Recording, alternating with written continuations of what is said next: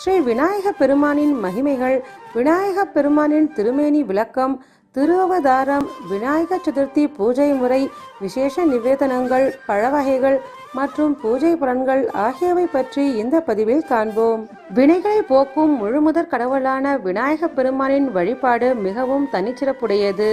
கணங்களின் அதிபதி என்பதால் கணபதி, யானை முகன், கஜமுகன், விக்னங்களை தீர்ப்பவர் ஆதலால் விக்னேஸ்வரர், லம்போதரன், விக்னராஜன் என பல திருநாமங்களை உடையவர் விநாயகர் பெருமான்.